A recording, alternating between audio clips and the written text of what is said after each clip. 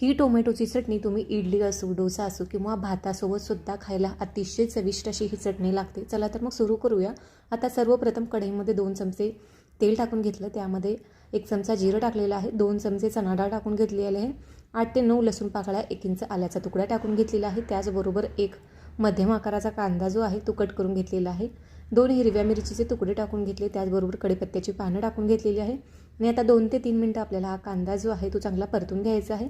त्यानंतर इथं मोठ्या आकाराचा एक टोमॅटो आहे तो सुद्धा यामध्ये टाकून घेतला। टोमॅटो टाकून घेतल्यानंतर आपल्याला गॅस बंद करून झाकण ठेवून 5 मिनिटं आपण ठेवून दिलं आणि त्यानंतर हे मिक्सरला वाटून घेतलेलं आहे।